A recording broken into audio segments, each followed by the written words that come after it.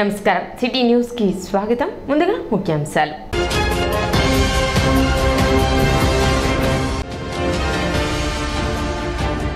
మానవ మనుగడకు ప్రమాదకరంగా మారుతున్న కోనోకార్పస్.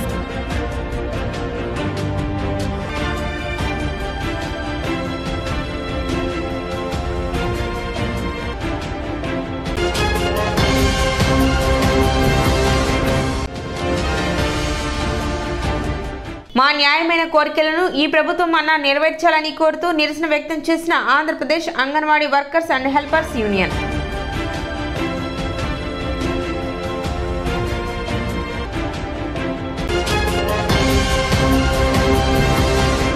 పచ్చని చెట్లు ప్రగతికి మెట్లు అనేది నానుడి.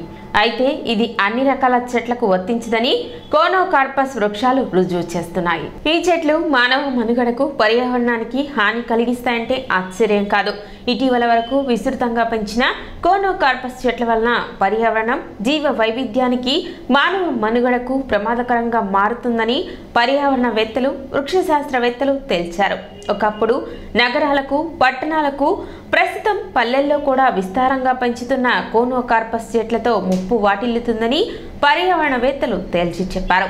పచ్చగా ఏపుగా అందంగా తొందరగా పెరిగే లక్షణాలు ఉండటంతో ప్రభుత్వం రోడ్ల వెంబడి డివైడర్ల మధ్యలో ఈ చెట్లను విస్తృతంగా పెంచింది. ఇప్పటికీ అనేక ప్రాంతాల్లో పెంచుతున్నారు. త్వరగా పెరిగే స్వభావం ఉండటంతో నగరాలు పట్టణాల్లో ఈ మొక్కలకే ప్రాధాన్యమిస్తున్నారు. పచ్చదనం సుందరీకరణలో భాగంగా మున్సిపాలిటీల్లో ఈ మొక్కలను విస్తృతంగా పెంచుతున్నారు.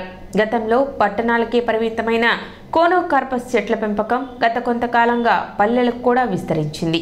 పార్కులు, గృహాల్లో, విద్యా సంస్థల్లో ఇలా ఎక్కడ పడితే అక్కడ వీటిని పెంచుతున్నారు. ఈ చెట్ల నుండి వెలువడే పుప్పొడి వల్ల శ్వాసకోశ వ్యాధులతో పాటు భూమిలోని కేబుళ్లు, తాగునీరు, డ్రైనేజీ పైపులు ధ్వంసమవుతున్నాయని తేలింది. ఈ మొక్కతో కీటకాలకు, పక్షులకు ఎలాంటి ఉపయోగం లేదని తేలింది. వీటిపై పక్షులు గూళ్లు కట్టవని, ఏ జంతువు దీని ఆకులు తినవని పరిశోధనలో గుర్తించారు.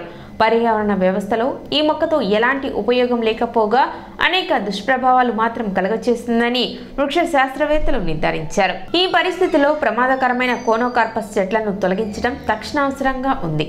కోనోకార్పస్ మొక్క నిటారుగా ఏపుగా పెరిగి అన్ని కాలాల్లో పచ్చదనం కళకళలాడుతుంది. అయితే ఈ చెట్టు తన దుష్ప్రభావాలతో ప్రజలకు అనారోగ్యాన్ని కలిగిస్తుందని శాస్త్రవేత్తలు నిర్ధారిస్తున్నారు. ఈ చెట్ల పెంపకం వల్ల పర్యావరణానికి విఘాతం కలుగుతుందని గుర్తించారు. ఈ చెట్ల కాయల నుండి వెలువడే పుప్పొడి ద్వారా ఆస్తమా, అలర్జీ, శ్వాసకోశ వ్యాధుల బారిన ప్రజలు పడుతున్నట్లు వృక్ష శాస్త్రవేత్తల పరిశోధనలో తేలింది. దీంతో కోనోకార్పస్ మొక్క పేరు వింటేనే పర్యావరణ ప్రేమికులు, వృక్ష శాస్త్రవేత్తలు హడలిపోతున్నారు. తెనాలి పట్టణంలో కూడా కోనోకార్పస్ మొక్కలు అనేక ప్రాంతాల్లో ఉన్నాయని, ప్రజా ఆరోగ్యం దృష్ట్యా వాటిని తొలగించే విధంగా అధికారులు చర్యలు తీసుకోవాలని, ఈ విషయాన్ని మంత్రి నాదెండ్ల మనోహర్ దృష్టికి అలాగే సంబంధిత అధికారుల దృష్టికి తీసుకువెళ్లి పట్టణంలో కోనోకార్పస్ మొక్కలు తొలగించే విధంగా చూస్తామని ది తెనాలి పరిసర ప్రాంత అభివృద్ధి సంఘం తెలిపింది. వీటి ప్రభావం అక్టోబర్ నుండి ఎక్కువగా ఉంటుందని, ఆలోపు కనుక వీటిని తొలగించినట్లయితే ప్రజలకు ఉపయోగకరంగా ఉంటుందని విజ్ఞప్తి చేశారు.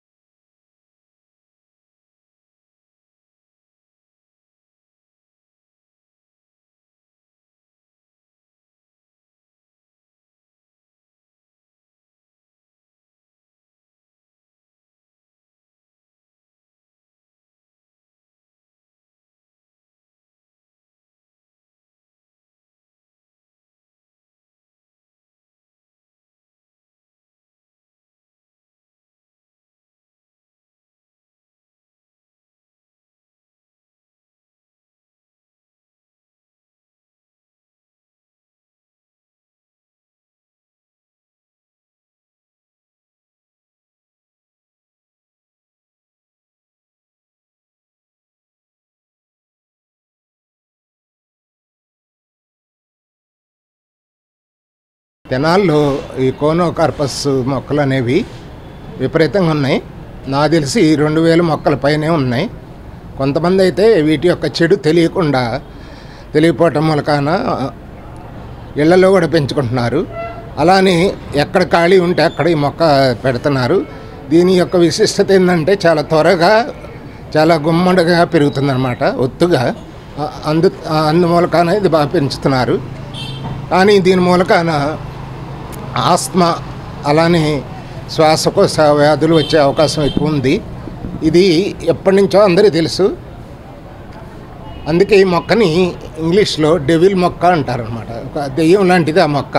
పెట్టుకుంటే కనుక దెయ్యానికి ఎంత భయపడాలో దీన్ని చూసి కూడా అంతే భయపడాల్సి వస్తుంది. ఈ మొక్కని ఉంచకూడదని చెప్పి పవన్ కళ్యాణ్ గారు చెప్పినాక ప్రజల్లో బాగా వ్యాప్తి చెందింది. తెనాల్లో ఈ మొక్కలు మొత్తం తీసే విధంగా మా పట్టణాభివృద్ధి సంఘం తరపున అవసరమైతే కలెక్టర్ గారికి, మన మినిస్టర్ గారికి, ఆర్డీఓ గారికి అందరికీ కూడా మా సంఘం తరపున పిటిషన్లు ఇచ్చి ఈ మొక్కలు లేకుండా మాత్రం మేము చూస్తాము. ఒకవేళ మొక్కలు ఉన్నా కూడా ఈ అక్టోబర్ లోపు ఆ మొక్కలు కనుక మనం కొట్టేస్తే దాని యొక్క పుప్పడి బయటికి రాదు, ఆస్మా రాదు. కాబట్టి వెంటనే మున్సిపాలిటీ వాళ్ళు, సంబంధిత అధికారులు ఈ మొక్కలు తొలగించవలసిందిగా కోరు. తెనాలి పట్టణంలో మరి ఈ కోనోకార్పస్ చెట్లు చూస్తున్నారు కదా, ఇవి చాలా చాలా డేంజర్ అని చెప్పింది ఎవరు తెలుసా? సాక్షాత్తు ఉప ముఖ్యమంత్రి పవన్ కళ్యాణ్ గారు. కాకినాడలో మరి ఇటువంటి చెట్లు చాలా ఉన్నాయి, వెంటనే వాటిని తీసేయమని ఆయన ఇచ్చిన సూచనల ప్రకారం అక్కడ జిల్లా కలెక్టర్ గారు కూడా వెంటనే వాటిని తీసేయించాల్సిందిగా ఆర్డర్లు జారీ చేసినట్టు తెలిసింది. దీనివలన ముఖ్యమైన ప్రాబ్లమ్స్ ఏంటంటే ఆస్తమా దీని గాలి పీల్చడం వలన ఆస్తమా అనేది విపరీతంగా పెరిగిపోతుందంట. ఆల్రెడీ ఆస్తమా మరి ఉన్నవాళ్ళు ఇంకా వాళ్ళు చాలా ప్రాబ్లమ్స్ ఫేస్ అవ్వాల్సి వస్తుంది. కాబట్టి వెంటనే సంబంధిత అధికారులు వెంటనే స్పందించి ఈ చెట్లు తొలగించాల్సిందిగా కోరుతున్నాం. మనం చూస్తుంటే మన తెనాలి మున్సిపాలిటీలో ప్రతి డివైడర్ దగ్గర మీరు చూస్తున్నారు ఈ మొక్కలు పెట్టేశారు. అవి మన ప్రజానీకానికి ఎంత చేడు చేస్తున్నాయో ఆలోచించాలి. మరి ఇక్కడ ఇన్ని ఇళ్ళు ఉన్నాయి, ఇక్కడ చాలా ఇళ్ళు ఉన్నాయి. ఇక్కడ ప్రజలు కూడా ఎంతో ప్రాబ్లమ్స్ వస్తాయి. కాబట్టి అర్జెంటుగా మున్సిపాలిటీ వాళ్ళు స్పందించి, ఇంకా సంబంధిత అధికారులు స్పందించి వెంటనే వీటిని తీసేయాల్సిందిగా కోరుతున్నాం. తమ న్యాయమైన కోరికలను ఈ ప్రభుత్వం నెరవేర్చాలని కోరుతూ జాతీయ కోరికల దినం సందర్భంగా Andhra Pradesh anganwadi workers and helpers union నిరసన వ్యక్తం చేశారు. స్థానిక చిందావూరు పార్కు వద్ద గల ధర్నా చౌక్ నందు సిఐటియు ఆధ్వర్యంలో Andhra Pradesh anganwadi workers and helpers union నిరసన తెలిపారు. సిఐటియు నాయకులు వారికి మద్దతు తెలిపారు. గత ప్రభుత్వంలో అనేక నిరసన కార్యక్రమాలు చేపట్టిన ప్రభుత్వంలో చలనం లేదని, గత ప్రభుత్వం వేతనాలు పెంచకపోగా తమని అన్ని రకాలుగా ఇబ్బంది పెట్టారని, తమ న్యాయమైన కోరికలు ఈ ప్రభుత్వం అయినా సానుకూలంగా స్పందించి నెరవేర్చాలని అన్నారు. కార్మికులందరికీ 26,000 రూపాయలు కనీస వేతనం, స్కీమ్ వర్కర్లను వర్కర్లుగా గుర్తించి కనీస వేతనం, పెన్షన్, సామాజిక భద్రతా సౌకర్యం, కాంట్రాక్ట్స్ అవుట్సోర్స్ కార్మికులకు కనీస వేతనం, సామాన్య పనికి సమాన వేతనం, భవన నిర్మాణ కార్మికుల సంక్షేమ నిధిని వారికే ఖర్చు చేయాలని, ముఠా కార్మికులకు సంక్షేమ చట్టం తేవాలని, ఈపీఎస్ కనీస పెన్షన్ 9,000 ఇవ్వాలని, 4 లేబర్ కోడ్లను రద్దు చేయాలని, విశాఖ ప్రైవేటీకరణను ఆపాలని, ప్రభుత్వ సంస్థల లీజ్ను ఉపసంహరించాలని, తమ న్యాయమైన కోరికలను ఈ ప్రభుత్వం నెరవేర్చాలని విజ్ఞప్తి చేశారు. అంగన్వాడీ జిల్లా ప్రెసిడెంట్ ఏవిఎన్ కుమారి, మున్సిపల్ కాంట్రాక్ట్ వర్కర్స్ యూనియన్ కార్యదర్శి ఎం వెంకటేశ్వర్లు, భవన నిర్మాణ కార్మిక సంఘం నాయకులు ఆర్ శ్రీనివాసరావు, రిటైర్డ్ ఆర్టీసీ ఉద్యోగులు సంఘం నాయకులు K Shivashankar Rao, auto workers union నాయకులు ఎం సాంబశివరావు, ముఠా కార్మిక సంఘం నాయకులు జి వెంకట సుబ్బయ్య, నాస్తిక సమాజం నాయకులు సత్యనారాయణ మాట్లాడారు. జూలై 10 కోరికల దినోత్సవం సందర్భంగా మా అంగన్వాడీలని గత ప్రభుత్వం కూడా మా డిమాండ్లు చేశాము, మా నిరవధిక సమ్మె కూడా చేశాము. కానీ అందులో ఆ ప్రభుత్వం ఇస్తానన్న హామీలను అమలు చేయలేదు. అదే ఈ ప్రభుత్వం అయినా సరే ఆ హామీలను అమలు చేయాలని, మా కోరికలని కనీస వేతనం 26,000 ఇవ్వాలని, అలాగే మాకు రిటైర్మెంట్ బెనిఫిట్ ఇవ్వాలని, అలాగే మెయిన్ వర్కర్లుగా గుర్తించాలని, ఇటువంటి డిమాండ్స్ అన్ని మేము పెట్టున్నాము. వీటన్నిటికీ ఈ ప్రభుత్వమైన మా కోరికలని నెరవేర్చాలని చెప్పి కోరుకుంటున్నాం. కార్యక్రమంలో P Pavani, Shaik Haseena Begum, S Ramadevi, Y Arunakumari, T Radhika, Shaik Haseemon, M Shyamala, N Nagaratna, YMNR Kumari, M Kalamma, V Padmavathi, M Padma, M Nagaraju, V Sudhakar, K Divya, M Mariyamma, B Suryanarayana, D Srinivasarao, M Sujatha, B Vani, Hariprasad, G Kanakalakshmi, Anjibabu తదితరులు పాల్గొన్నారు. సిఐటియు తెనాలి డివిజన్ కార్యదర్శి షేక్ హుసేన్ వలీ వందన సమర్పణ చేశారు. ఈ ధర్నా సందర్భంగా ఈ దేశంలోని 145 కోట్ల ప్రజానీకానికి ఆ ప్రజలకి ప్రాతినిధ్యం వహిస్తున్నటువంటి రాజకీయ పార్టీలకి, ఆ ప్రజలకి ప్రాతినిధ్యం వహిస్తున్నటువంటి ప్రభుత్వానికి మా కోరికలను చెప్పదలుచుకున్నాం. 1955లో ఇండియన్ లేబర్ కాన్ఫరెన్స్ మొదటి కాన్ఫరెన్స్లోనే ఈ దేశంలోని కార్మిక వర్గానికి కనీస వేతనం ఎంత ఉండాలని నిర్ణయించారు. ఆ కనీస వేతనం ఇవాళ ఉండేటువంటి ధరల్ని ఆల్ ఇండియా కన్జ్యూమర్ ప్రైస్ ఇండెక్స్ని దృష్టిలో పెట్టుకుంటే 26,000 పైచీలకు ఇవ్వాల్సిన అవసరం ఉంది. ఆ వేతనాన్ని ఇవ్వట్లేదు. ఆ వేతనాన్ని అమలు చేయాలని చెప్పేసి అది మా మొదటి కోరికగా ప్రజానీకానికి తెలియజేస్తున్నాం. 1972లో వచ్చినటువంటి అంగన్వాడీ వ్యవస్థ ఏదైతే ఉందో ఆ వ్యవస్థ ఇప్పటికీ 50 సంవత్సరాలు గడిచినప్పటికీ కూడా వాళ్ళని స్కీమ్ వర్కర్లుగా నడిపెట్టి గౌరవ వేతనంతో అతి తక్కువ వేతనంతో పనిచేయించుకుంటున్నారు. ఏ సంవత్సరానికి ఆ సంవత్సరం వాళ్ళు చేసేటువంటి బాధ్యతలు పెరుగుతున్నాయి, పనులు ఎక్కువ పెరుగుతున్నాయి, పని భారం పెరుగుతుంది, పని గంటలు కూడా పెరుగుతున్నాయి. అందుకని వాళ్ళని వర్కర్గా గుర్తించండి. పారిశ్రామిక వివాదాల చట్టం 1947లో వర్కర్ నిర్వచనానికి ఏ చట్టాలు అయితే వర్తిస్తాయో ఆ చట్టాలన్నీ వాళ్ళకి వర్తింపజేయాలని చెప్పేసి అడుగుతున్నాం. 30 సంవత్సరాల నుంచి అంతకుముందు ఉండేటువంటి అభివృద్ధికర విధానాలను పక్కన పెట్టి ప్రభుత్వ రంగ సంస్థల్లోనూ ప్రభుత్వ సంస్థల్లోనూ పర్మనెంట్ పోస్టులని తగ్గించుకుంటూ వస్తూ అదే పనిని అవుట్ సోర్సింగ్ కాంట్రాక్ట్ పేరుతోటి చేయించుకునే ఒక నూతన ప్రక్రియను ప్రారంభించారు. ఆ ప్రక్రియ ద్వారా వాళ్ళకి కనీస వేతనాలు లేవు, ఇతర సౌకర్యాలు లేవు. కాలం గడిచే కొద్దికి కోర్టులు జోక్యం చేసుకుని అత్యంత ఉన్నత న్యాయం జోక్యం చేసుకుని ఆ కాంట్రాక్ట్ అవుట్సోర్స్ కార్మికులకు కూడా సమాన పనికి సమాన వేతనం ఇవ్వాలని, అంటే పర్మనెంట్ కార్మికులతో పాటు వేతనం ఇతర సౌకర్యాలు అమలు చేయాలని చెప్పేసి తీర్పులు వెలువడ్డాయి. ఆ తీర్పుల్ని అమలు చేయాలని చెప్పేసి ఒక కోరికని కోరటం జరుగుతూ ఉంది. రేపు ఆగస్టు 6, 7, 8 తేదీల్లో పార్లమెంట్ దగ్గర ఢిల్లీలో ధర్నా జరగబోతూ ఉన్నది. ఆ ధర్నాలో ఇప్పుడు ఏదైతే పాత పెన్షన్ విధానాన్ని రద్దు చేసి అనేక సెక్టర్స్లో కొత్త పెన్షన్ విధానాన్ని ప్రవేశపెట్టేసి కార్మిక నష్టదాయకంగా ఉంది రిటైర్డ్ ఎంప్లాయీస్కి.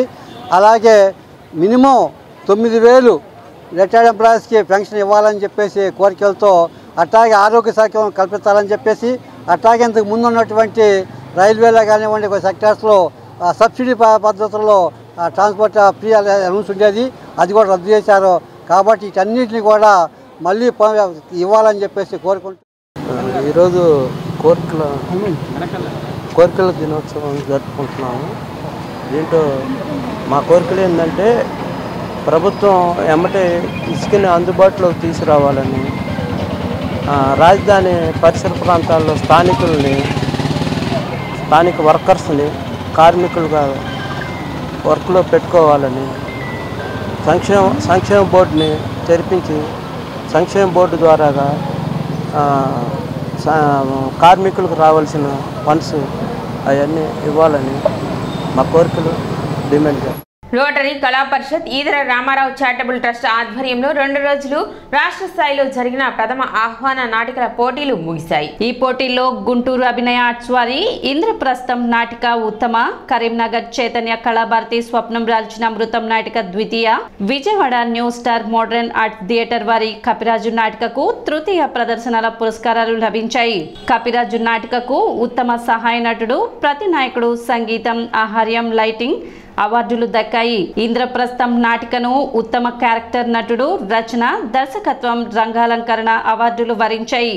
అందిన ఆకాశం నాటికకు ఉత్తమ నటుడు, నటి, జ్యూరీ ప్రదర్శన 2 అవార్డులు లభించాయి. నాన్న నేనొచ్చేస్తా నాటికకు ఉత్తమ హాస్య నటుడు, జ్యూరీ ప్రదర్శనకు 1 అవార్డు దక్కింది. ఈ పోటీలకు న్యాయ నిర్ణేతలుగా నుసుము నాగభూషణం, గోపరాజు విజయ్ వ్యవహరించారు. తొలుత ఒంగోలు మాజీ ఎమ్మెల్యే ఈదర హరిబాబు, మహిళా కమిషన్ మాజీ చైర్పర్సన్ నానపనేని రాజకుమారి, పట్టణ రంగస్థల కళాకారుల సంఘం అధ్యక్షురాలు బుర్రా జయలక్ష్మి, రొటేరియన్ దేవయజనం మురళీకృష్ణ, పట్టణ రంగస్థల కళాకారుల సంఘం కార్యనిర్వాహక అధ్యక్షుడు గరికపాటి సుబ్బారావు పోటీల్లో ఉత్తమ ప్రదర్శనకు 15,000, ద్వితీయకు 10,000, తృతీయ ప్రదర్శనకు 8,000 ప్రదర్శించిన ప్రతి నాటికకు 15,000 జ్ఞాపికలు ప్రదానం చేశారు. రోటరీ క్లబ్ వైకుంఠపురం అధ్యక్షులు ఈదర శ్రీనివాసరావు అధ్యక్షత వహించిన ఈ ముగింపు సభలో ఈదర వెంకట పూర్ణచంద్, బత్తుల వెంకటేశ్వరరావు, నల్లూరి వెంకటేశ్వరరావు, ఐనాల మల్లేశ్వరరావు, దావులూరి లక్ష్మీకాంతారావు, నన్నపనేని ముకుందరావు పాల్గొన్నారు.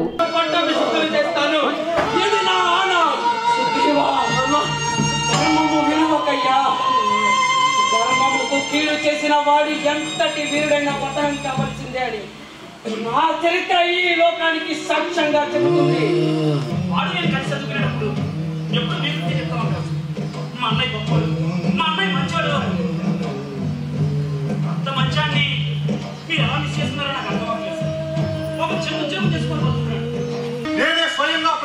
పాఠశాలకు వెళ్ళి ప్రతి పిల్లవాడికి పంచుతాం. శ్రీరామ శ్రీరామ.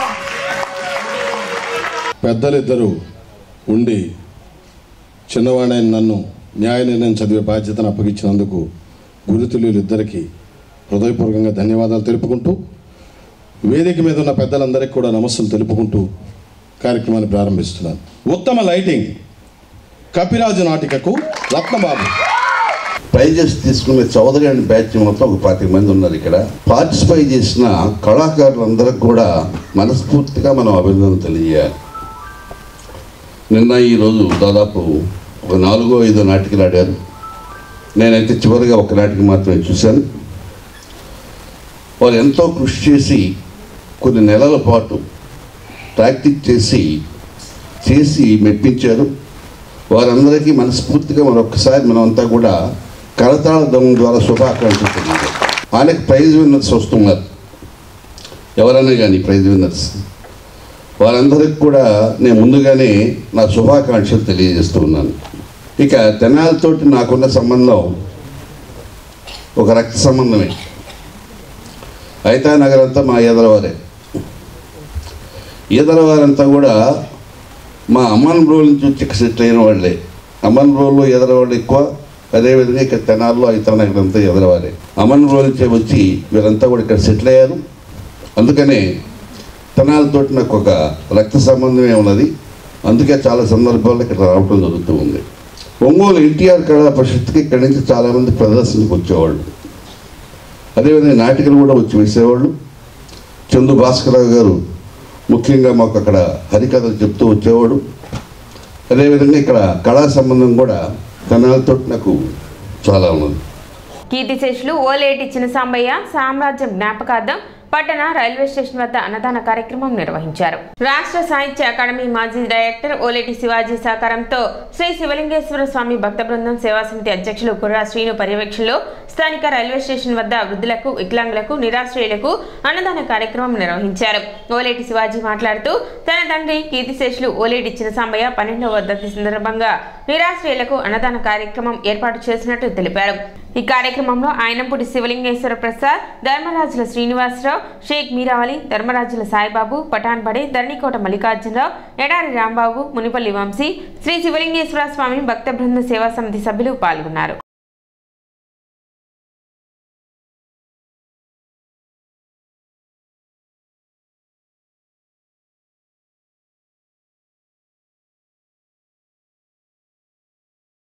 ఈరోజు మా తండ్రి గారు అయిన ఓలేటి చిన్నసాంబయ్య గారు 12వ వర్ధంతి సందర్భంగా శివలింగేశ్వర స్వామి భక్త బృందం ఆధ్వర్యంలో అన్నదాన కార్యక్రమం అనేది నిర్వహించడం జరుగుతుంది. మా తండ్రి గారు తెలుగుదేశం పార్టీలో మాజీ కనకదుర్గ ట్రస్ట్ బోర్డు డైరెక్టర్గా చేశారు. వీరు మా గ్రామంలో ఎల్వరో గ్రామంలో అనేక సేవా కార్యక్రమాలు చేశారు. వారికి ఆత్మకి శాంతి చేకూర్చాలని తల్లిదండ్రుల యొక్క జ్ఞాపకాలను గుర్తు చేసుకుంటూ ఈ అన్నదాన కార్యక్రమం నిర్వహించడం జరుగుతుంది అని తెలియజేసుకుంటూ సెలవు తీసుకుంటాం. పులూరు మండలం ఎలవరు గ్రామానికి చెందిన ఓలేటి చిన్నసాంబయ్య గారు 12వ వర్ధంతి సందర్భంగా వారి కుమారుడు ఓలేటి శివాజీ గారు ఈ అన్నదాన కార్యక్రమం నిర్వహించడం చాలా సంతోషకరం. ఇంకా మరెన్నో సేవా కార్యక్రమాలు చేపట్టాలని వారి తండ్రి జ్ఞాపకార్థం ఇంకెన్నో మిగిలిన సంఘంలో ఇంకెన్నో కార్యక్రమాలు చేపడితే చాలా అందరూ సంతోషపడతారని చెప్పి ఆశిస్తున్నాం. సిటీ న్యూస్ ముంచే ముందు ముఖ్యాంశాలు మరోసారి.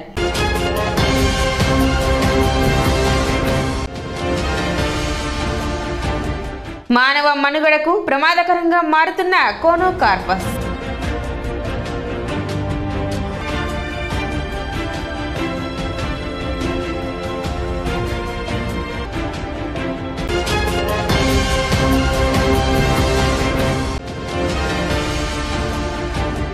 మా న్యాయమైన కోరికలను ఈ ప్రభుత్వం అన్నా నెరవేర్చాలని కోరుతూ నిరసన వ్యక్తం చేసిన Andhra Pradesh anganwadi workers and helpers union.